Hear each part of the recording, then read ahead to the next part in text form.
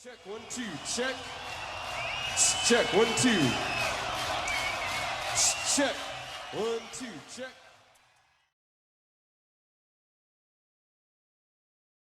Yeah, I mean, at first Kurt said he wanted to record the band au naturel. Let's just record it live, all set up in a vocal booth. Let's keep it all live. And I said, it's just going to sound like a live recording. You know, when you go into the studio, you use the studio and the tools available to make an album sound larger than life, to make it sound widescreen. And he's like, oh, you know, whatever. But the first day when I asked him to double track his vocal, he said, I don't really want to do that. I just think it's fake. And I said, well, John Lennon did it on pretty much everything he sang. And then there's just a pause. And then Kurt said, okay, let's do it.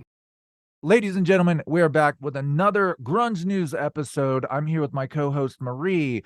Before we get started, Nirvana fans are really going to like the article I have to share today. It's the best Nirvana news that you've heard since '92, basically. In the last episode, I kind of felt like Marie didn't talk a whole lot until the end. So I'm going to let her go first. And I believe, what was the title of the article you found?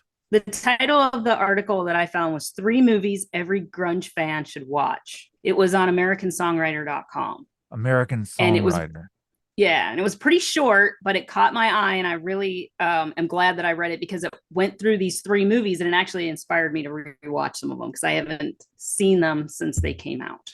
3 movies every grunge fan should watch. So these are obviously movies somehow related to grunge. Right. So, and you could take this a couple of different ways. A grunge fan like me who lived it, it's good to take that walk down memory lane, and they're good movies.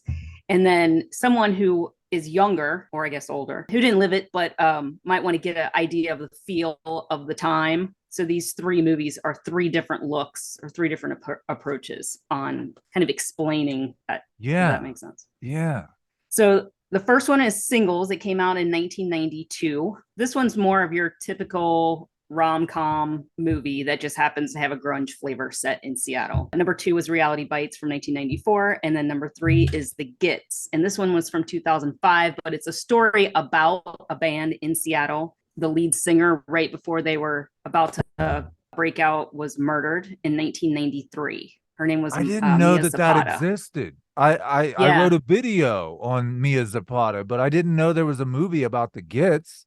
Yeah, they made the movie is a documentary style movie, and it talks about her death, and it interviews people that were friends with her and her family. And it came out after they had solved it. The murder wasn't solved for a long time. And then the man who had killed her raped someone else, I think in California. His DNA going into the system for that, they made the match. So I think it was in 2003, they made the match. And then so they were smart enough. Oh, I remember this. The same guy who did the autopsy for Kurt Cobain and Kristen Papp, Hartshorn, he's the one who saved her DNA, the DNA. Yeah. Okay. Props for that. Yeah. Did it say anything about that? I have not watched this documentary. This is why I'm glad I read that article. Now I've got some homework to do, because I knew the story from just being a true crime fan. I had heard a couple of podcasts, and I had seen another show that talked about it. Not my video. You're watching other people's videos. Okay. No, I did see your video. I saw other videos as well. And I know that the guy that was actually arrested and convicted in 2003 actually died in prison in 2021. So he's actually gone. Good. We don't have to pay for him anymore. That's right. So he makes a good point in the article. The good thing about one is they're different. The 2 movies are different. So the good thing about Singles is obviously the soundtrack. I mean, it is start to finish. It's got everybody. Obviously Pearl Jam, and Pearl Jam's actually in it. Matt Dillon's got a band, and Eddie Vedder's his drummer.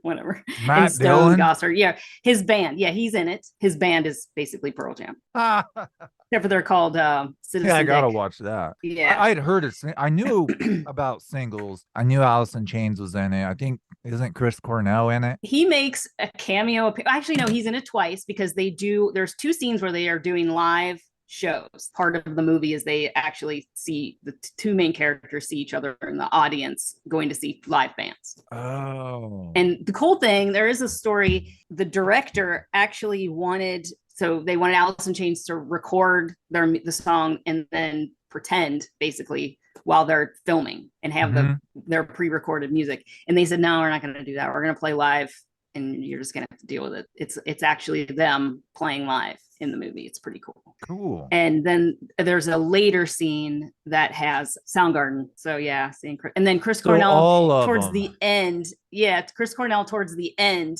doesn't have a line, but Matt Dillon's character puts a stereo in Bridget Fonda's car trying to impress her and win her back, and all the windows blow out of it. And Chris Cornell's just kind of it's like he was one of the guys standing around, and so he just happened to be standing there watching this unfold, and it's kind of funny. His facial Okay. expressions.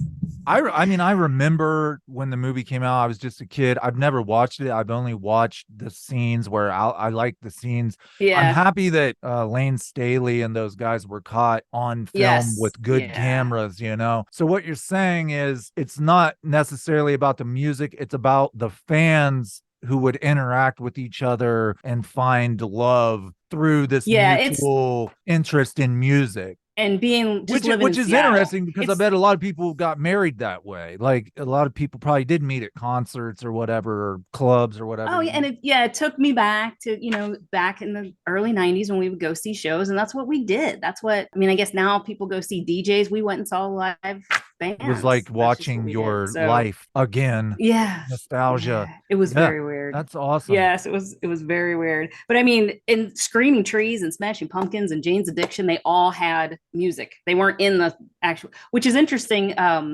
Kurt Cobain actually decided they didn't want to be in the movie. They were invited to be featured as well, but he just didn't. He didn't like. He kind of said the same thing I did. It's just a romantic comedy, and they don't like rock and roll movies, so they just weren't interested. So they weren't in it. They withdrew. Okay, so what was the third one? The Reality Bites was the second one, and that came out in '94. And this one is not so much about the music. This is more about just the whole mid-90s Gen X attitude. And Ethan Hawke is so awesome in this movie. He encapsulates almost every guy that I knew at that age. It's so funny. In the 90s. It's just the sarcasm. It's the attitude. Like cynical, if you really kind of. Yes.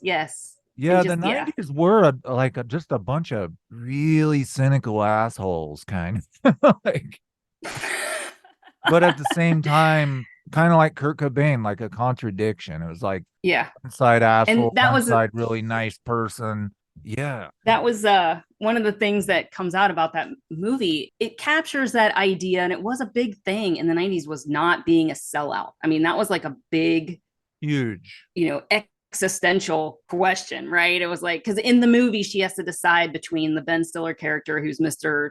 BMW slick guy, and Ethan Hawke's character, who's the exact opposite. And she's a documentary filmmaker, and so she's trying to work out this struggle between selling out and remaining true to herself or whatever, which is kind of ironic that the girl that wrote it was kind of like a autobiography, and she's obviously made this movie that she sold to this Hollywood studio. So I guess we know which direction she went in the end. Oh, I've never even heard of that. Now I got to go back and watch. So now I want to watch it. Oh, it's a romantic struggle, but it's not like the typical. You know how Singles is going to end when it starts, right? Yeah. And the fun part is watching it and seeing all these faces that I recognize that at the time that I saw the movie, I would not have known who they were. Like actors or musicians? Yeah, actors and musicians. Yeah. I mean, when the guys in Pearl Jam are sitting around the table, I mean, I probably would have known who Eddie Vedder was, but I wouldn't have known the other guys. And Eric Stoltz is in it. He's in for a very short time. Who's Eric Stoltz? I don't even know who that is. I guess I'm showing my age. Oh, Some Kind of Wonderful. He was in Mask. Oh, yeah, okay. Where he, yeah, go see it. He sung the song Some Kind of Wonderful? No, the movie Some Kind of Wonderful. Get your 90s. That's an 80s. That's an 80s movie. Oh my God. I remember like Friday the 13th and the Freddy Krueger and Jason Voorhees. That was my childhood. My mom was obsessed with horror movies in the 80s. So that's like all I saw.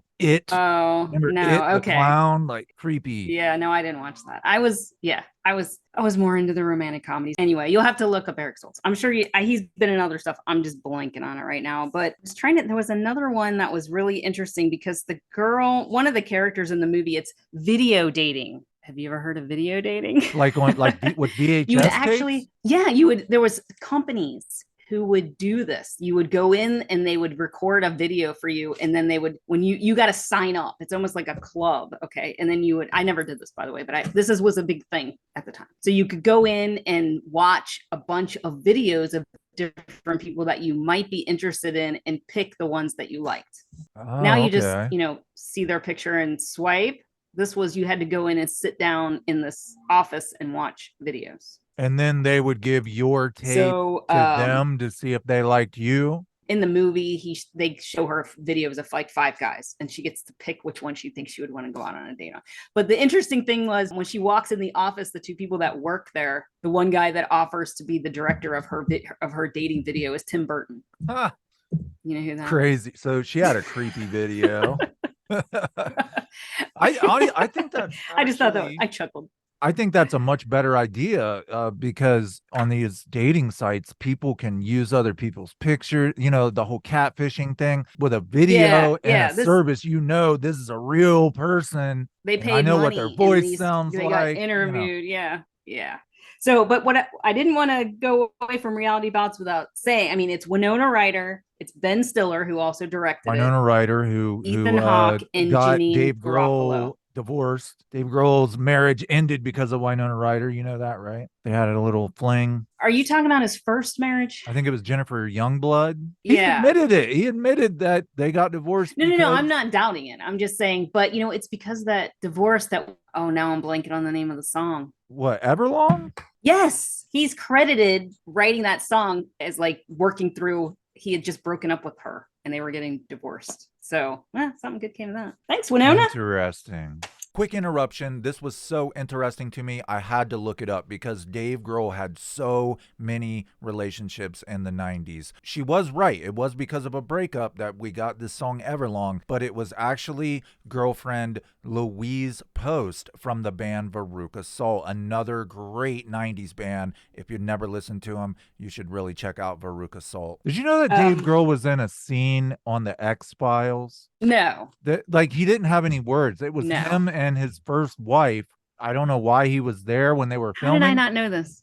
Yeah, it's him and his wife. They're holding hands, walking through an airport in the background of an X-Files episode. Maybe that was in one of his books. Oh, I'm sure it is. That might have been in one of his books. I might have known that, but I forgot. If I knew it, I forgot. So anyway, that's my article. If you haven't seen them, if you really want to get a feel, or if you want to walk down memory lane from the early to mid 90s, I moved to Seattle.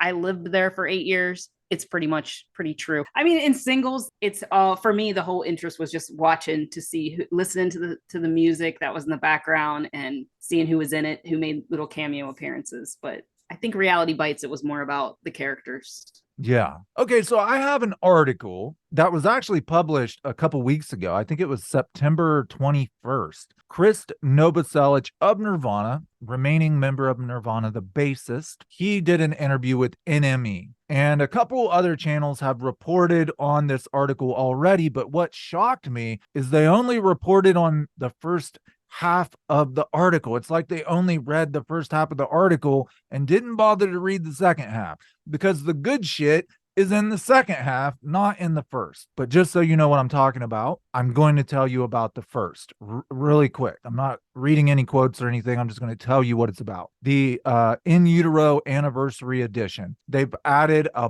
bunch of live tracks. And what they did was they used AI to enhance these tracks. Now, the AI didn't create anything. It's live recordings from Rome, Germany, the last Nirvana tour, which is pretty cool, right? And what the AI did was it can separate tracks. It can take the drums, the guitar, the bass, the vocals, everything, and separate them into different tracks. What they can mix them. Basically, they can make each instrument sound better, put them back together. Now you've got these live recordings. So that's what everybody talked about. Nirvana used AI to enhance live recordings. It's going on the new album. What this told me was Nirvana is okay with AI to a certain point, right? Mm-hmm. Again, the AI didn't create anything. It's just to enhance things they already did with Cobain. But the article goes much deeper than that. What I was most curious about was Krist Novoselic's opinion about AI, because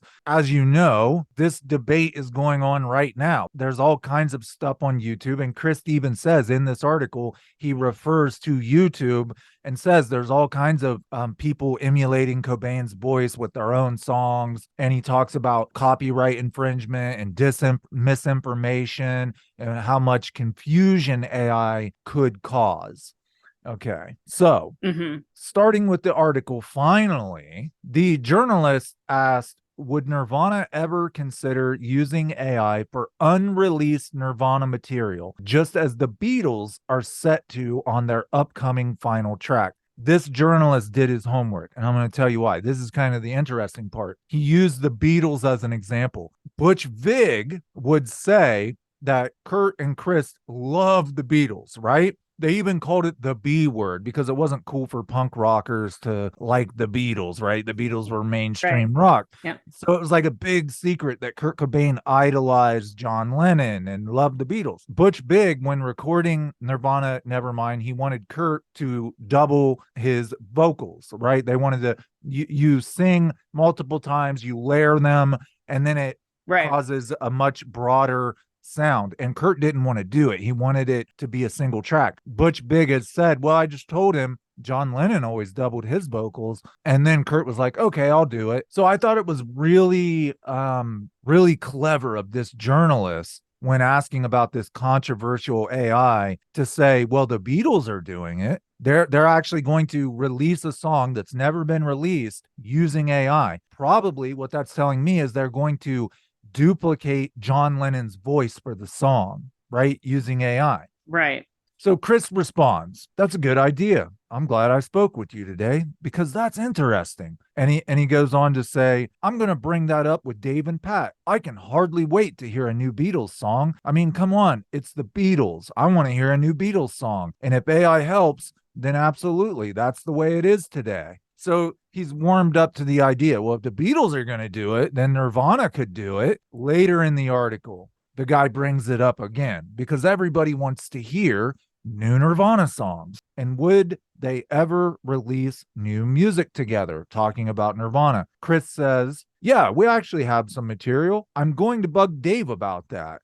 Hey, what about those jams we did? What do you want to do with those? Thank you for reminding me. That's a good idea. So this is Krist Novoselic saying that there are Nirvana songs that Kurt Cobain wrote, lyrics to and everything, that they will finish. If Dave, he even goes on to say, if Dave and Pat will collaborate with me, I'd be willing to do it as long as the right person did it and it was done tastefully. To me, what he's saying is there's going to be new Nirvana music. What do you take from that? I don't know. That just makes me laugh as long as it's done tastefully. And here I was having this image of they're up on stage with a hologram of Kurt. like so Tupac, I don't know. Yeah. Did you know that? I don't know how Chris, you do that tastefully. I don't know. Well, here's the thing. Eric Erlandson, Hole's guitarist Courtney Love's slave, on April 8th, 1994, the day Kurt Cobain is discovered, she orders Eric to go in the house to retrieve cassette tapes. Now, any hardcore Nirvana fan knows that Kurt would sit in this big walk-in closet because that's like the only room in the house where there weren't hangers-ons and he could have privacy. And he would record into a cassette deck, right? His guitar and his vocals for new songs. Eric Erlandson has said publicly he recovered 127 cassette tapes. That means there's a whole lot of unreleased Nirvana songs, right? At first, when I heard about this, I was like, no, don't duplicate Kurt's voice with AI. Even if it's Dave and Pat and Chris, I would hate that. But then I started thinking about it and I was like, well, if Kurt wrote the songs and he even sung them on cassette, and they use those to duplicate his voice to make his voice better, then it's really Kurt Cobain, right? It's not AI, it's Kurt Cobain. They're his songs. Would it be taking those tapes and making them better, or is it recreating that song based on what they hear on the tapes? Right. Well, obviously the music, what Chris was saying was if Dave and Pat would work with him, right, then they would create the music. I would bet that Dave would play the guitar and the drums, Chris bass, Pat guitar, but then they could actually use AI to take his voice off of those tapes and enhance the voice. What I was getting at here, yes, I'm cutting into my own video, is if they did it with old live recordings, why can't they do it with an old live recording from a cassette tape? That would be awesome. I think that's what he's getting at. I think he's hinting around that that's what Nirvana is going to do. A year or two from now, you're going to be like, Charles, you were right. There's going to be new Nirvana. I'm telling you. But I hope he sticks to the if it's done tastefully caveat. Yeah. Because if it sounds AI, it's going to be weird, and I'm not going to like it. Dude, have you listened? As much as I hate it, it is creepy how similar AI sounds to Kurt Cobain. I've listened to a few songs. Like, it's creepy. Yeah. No, I haven't heard it. But we've talked about the one thing that I saw that had to do with Kurt and AI, and that was the stupid article about if Kurt and Lane Staley wrote a song, what would it look like? What would it be? What would the lyrics be? And it was like, no, neither one of them would have ever written anything that sounds even remotely like this. So no. And they're I'm gonna withhold judgment. I'm very much right. I'm like, if Kurt wrote it, if he penned it and he sung it into a cassette deck, then I'm all about it. It's his song. So I know this is probably going to be a very divisive I'm not going to say thing. no. We'll see. All right. I'm just hoping the technology's there to do it well enough so that it's not weird. I'm telling you, it's only going to get better. Now, Chris does talk about Yeah. He makes it very obvious that they would never get together, make new material, and put Kurt's voice in it. They wouldn't do that. But if it was something Kurt made up, then they'll finish it. That would be bad. I know there's going to be people that are like, you're wrong. There's not going to be any new Nirvana. I'm telling you, this is Krist Novoselic giving a hint to people that it's going to happen in the future. He's testing the waters to see how people react to it. And he's saying, well, if the Beatles did it, then it's good enough for Nirvana. There was one other thing I wanted to read too. Okay. All right. I'm ready. He does say, I don't know. We've got to start talking about this. It's a good idea. There could be, and he's talking about new Nirvana music. He says, there's a point where it's like, is this Nirvana or is this AI? There's a lot of stuff already on YouTube, and that's a debate that's going to have to be settled when it comes to copyright and disinformation. So he's being very careful. He doesn't want to pee anybody off. I think he wants to see how good is AI going to get and what could we do with it. I think him and Dave would have to hear the end result and then decide whether they want to do it or not. I think it's going to happen. It's going to happen. You heard it here first. In like 2 years, you guys are going to be like, God damn, you were right. Flag it. I see that you're skeptical about this. I can tell you're skeptical about this. You know what? I'm a Gen Xer. Good point. I'll believe it when I see it.